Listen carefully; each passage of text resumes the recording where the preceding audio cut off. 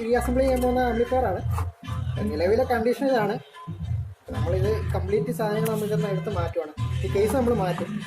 നമ്മൾ പുതിയ കേസിലേക്ക് അസംബിൾ. ഇതിപ്പോൾ നിലവിലൊരു അനലോഗ് ആംപ്ലിഫയർ ആണ്. നമ്മളിത് ഡിജിറ്റൽ ആംപ്ലിഫയർ ആയിട്ട് കൺവേർട്ട് ചെയ്യാൻ പോവാണ്.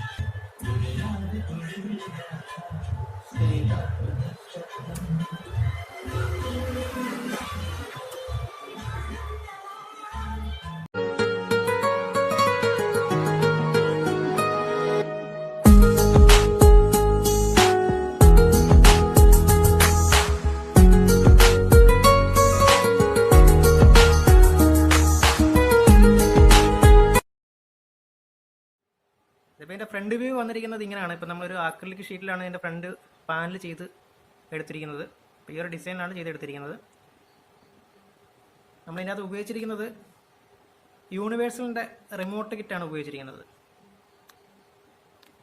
ഇതാണ് യൂണിവേഴ്സലിൻ്റെ റിമോട്ട് കിറ്റിൻ്റെ ഡിസ്പ്ലേ വരുന്നത്. പിന്നെ നമ്മുടെ ഫ്രണ്ട് പാനലായിട്ട് ഒരു പവർ സ്വിച്ച് കൊടുത്തിട്ടുണ്ട്. ഒരു സബ് വോളിയം കൊടുത്തിട്ടുണ്ട്. ഇത് സബ് ആംപ്ലിഫയറിലേക്കുള്ള വോളിയം കൺട്രോളാണ്.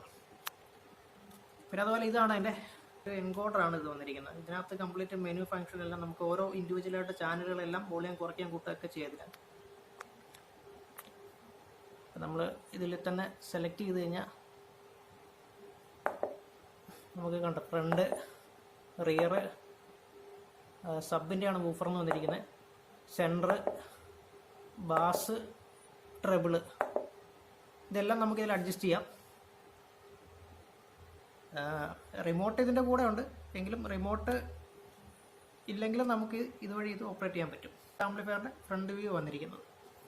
ഇൻസൈഡ് എന്ന് പറയുന്നത് ഏകദേശം ഇപ്പം നമ്മളിങ്ങനെയാണ് ചെയ്തെടുത്തിരിക്കുന്നത്. പ്രധാനമായിട്ടും ഈ ട്രാൻസ്ഫോമർ കസ്റ്റമർ കൊണ്ടുതന്ന ആംപ്ലിഫയറിൽ ഉണ്ടായിരുന്നതാണ്. നമ്മളതെടുത്ത് ഒന്ന് പെയിൻറ്റും കാര്യങ്ങളൊക്കെ ഒന്ന് ചെയ്ത് ഒന്ന് വൃത്തിയാക്കി എടുത്തിട്ടുണ്ട്. പിന്നെ ഈ പവർ സപ്ലൈയുടെ ഈ കപ്പാസിറ്റർ, ഇത് രണ്ടും പിന്നെ ഈ ബോർഡും കസ്റ്റമർ കൊണ്ടുവന്നിരുന്ന ആംപ്ലിഫയറിനകത്ത് ഉണ്ടായിരുന്നതാണ്. നമ്മളത് മാറ്റിയിട്ടില്ല. ഈ ബോർഡിൽ നമ്മൾ മാറ്റം വരുത്തിയിരിക്കുന്നതാണ് ഈ രണ്ട് കപ്പാസിറ്റർ പുതിയ രണ്ടെണ്ണം ആഡ് ചെയ്തു എന്നുള്ളതാണ് ചെയ്തിരിക്കുന്നത്. പിന്നെ ഇത് നമ്മുടെ SDODയുടെ 5 ചാനൽ TDA 2030 വരുന്ന 5 ചാനൽ ബോർഡാണിത് നമ്മൾ യൂസ് ചെയ്തിരിക്കുന്നത്. പിന്നെ ഇത് ഒരു 2 മോസ്ഫെറ്റ് വരുന്ന സിംഗിൾ പെയർ വരുന്ന ഒരു മോസ്ഫെറ്റ് ആംപ്ലിഫയർ ബോർഡാണ്. സബിന് വേണ്ടിയിട്ടാണ് ഇത് യൂസ് ചെയ്തിരിക്കുന്നത്. ഇത് കസ്റ്റമർ കൊണ്ടുവന്ന സമയത്ത് ഈ ഒരു സെയിം മോസ്ഫെറ്റ് ബോർഡ് തന്നെയായിരുന്നു ഇതിലുണ്ടായിരുന്നത്. പക്ഷേ ഇതിന് കംപ്ലയിൻ്റ് ഉണ്ടായിരുന്നു. കൊണ്ടുവന്ന സമയത്ത് അതിൻ്റെ ഔട്ട്പുട്ട് മോസ്ഫെറ്റ് കംപ്ലയിൻ്റ് ആയിട്ട് പോയിട്ടുണ്ടായിരുന്നു. അപ്പോൾ അതുകൊണ്ട് ഈ ബോർഡ് തന്നെ ഞാൻ മാറ്റി. എൻ്റെ ഉണ്ടായിരുന്ന ഒരു ബോർഡാണ് ഇപ്പോൾ ഇതിൽ വെച്ചിരിക്കുന്നത്.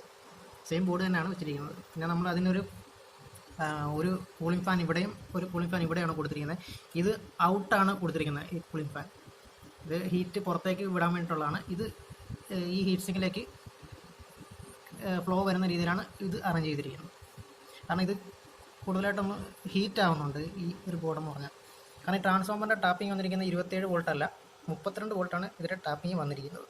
അതുകൊണ്ടാണ് ഈ ബോർഡ് കുറച്ചധികം ഹീറ്റ് ആവുന്നത്. കാരണം ഇതിൻ്റെ മാക്സിമം DC സപ്ലൈ 35 വോൾട്ടാണ് റെക്കമെൻഡ് ചെയ്യുന്നത്. ഇപ്പോൾ ഏകദേശം 40 വോൾട്ട് വരെ 42 വോൾട്ടോളം വരുന്നുണ്ട് നോ ലോഡിൽ. ലോഡ് എടുക്കുമ്പം അത് 40-38 വോൾട്ട് വരെയാണ് കാണിക്കുന്നത്. അതുകൊണ്ടാണ് ഹീറ്റ് കൂടുതൽ വരാൻ സാധ്യത ഉണ്ടാകുന്നത്. പിന്നെ നമ്മളൊരു യൂണിവേഴ്സലിൻ്റെ തന്നെ 6 ചാനലിൻ്റെ ഒരു സ്പീക്കർ പ്രൊട്ടക്ഷൻ ബോർഡാണ് ഇതിനകത്ത് യൂസ് ചെയ്തിരിക്കുന്നത്. ഇതൊരു 5 ചാനലും പിന്നെ ഇത് സബിനുള്ള ഒരു വലിയ റിലേ ആണ് യൂസ് ചെയ്തിരിക്കുന്നത്. നല്ലൊരു സ്പീക്കർ പ്രൊട്ടക്ഷൻ ബോർഡാണിത്. ഇതാണ് നമ്മുടെ യൂണിവേഴ്സലിൻ്റെ റിമോട്ട് കിറ്റിൻ്റെ മദർ ബോർഡ് വരുന്നത്, മെയിൻ ബോർഡ്. പിന്നെ നമ്മൾ ശക്തിയുടെ ഒരു 6 ചാനലിൻ്റെ ഗെയിനർ ബോർഡോട് ഇതിനകത്ത് ആഡ് ചെയ്തിട്ടുണ്ട്.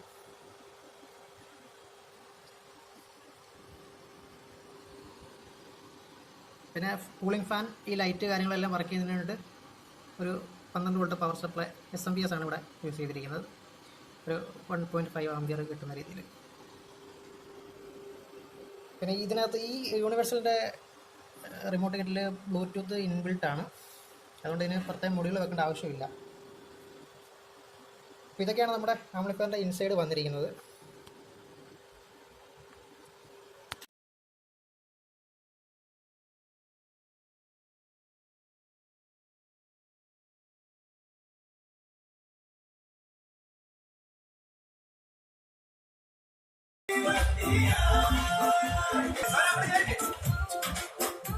Goal change. കളിക്കാറുണ്ട്. അപ്പൊ no goal change.